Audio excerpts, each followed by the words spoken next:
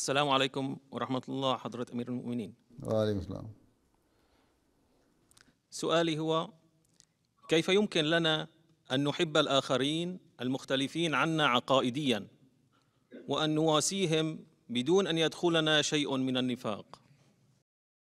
On pita kako možemo pokazati ljubav i simpatiju onim ljudima koji se sa nama razlikuju u verskim pitanjima, a da ne budemo licemeri. Huzur kaže, imate mnogo rođaka, da li su svi vaši rođaci Ahmedi? On kaže, ne. Huzur kaže, u redu. Pa iako vaši rođaci nisu Ahmedije, vi dalje održavate vezu sa njima, zar ne? Realnost je da ste primorani. Uzvišeni Allah je naredio da se održavaju odnosi sa bližnjom rodbinom.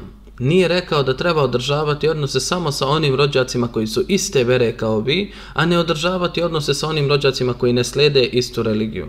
Čak i kada su u pitanju nečiji roditelji. Allah kaže da ako vam se roditelji protive određenoj stvari, onda je to na jednom mjestu. Međutim, što se tiče stvari koje se odnose na veru uzvišenog Allaha, čovjek ne smije povinovati se njima. Ali u svim ostalim stvarima nikada im ne trebate reći ni jednu riječ koja izražava gađenje. Treba im služiti u redu.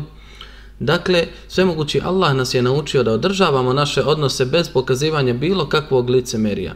Zašto bi neko razvio licemerje u svom srcu? S jedne strane govorimo da ćemo voljeti svakoga i da ćemo imati simpatije za cijelo čovječanstvo u našim srcima. Časni poslanik se spominje kao rahmetul lil alemin, odnosno milost za cijelo čovječanstvo. On se ne spominje kao milost samo za muslimane ili samo za Ahmedije. Kada je časni poslanik sallallahu alejhi ve sellem milost za sva stvorenja i kada je sam svemogući Allah milostivi i samilosni, to znači da su ovo osobine uzvišenog Allaha i uzvišeni status i kvalitet ličnosti koje je Allah podario časnom poslaniku sallallahu alejhi ve sellem, i to je nešto što bi svaki vjernik trebao pokazivati. Dakle, nema govora o licemjerju.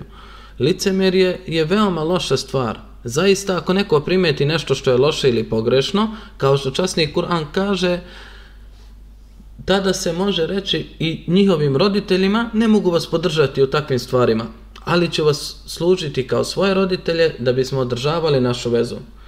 Slično možemo reći i prijateljima, bit ću tu za vas kao prijatelje. Obećani Mesija je rekao da ako postoji naš prijatelj koji je popio alkohol i pao je u potok zbog intoksikacije, onda bih mu pomogao tako što bih ga doveo u kući i kada bi došao k sebi, pomogao bih mu da neometano ode.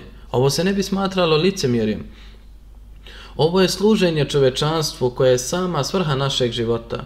Dakle, uvijek treba imati na umu da je odgovornost vjernika da prepozna pravu vrijednost čovečanstva.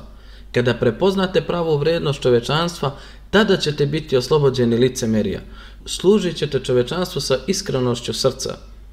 Ali kada pred vas dođe pitanje koje se odnosi na veru, možete reći drugoj osobi bez ikakve zle volje, licemjera ili dvoličnosti da je to stvar moje vere i ne mogu se složiti s vama u tom pogledu. U redu? Dakle, vaše pitanje kako to možemo učiniti je suštinski pogrešno. Naša svrha je da služimo čovečanstvu. S jedne strane kažemo da smo mi ti koji služimo čovečanstvu, a s druge strane se pitate kako da se rešimo licemerija. Zašto bi neko uopšte razvio licemerije u svom srcu? Licemerije je jedan od najvećih poroka. Licemerije je osobina koja ljude navodi da padnu u jamu pakla vatre.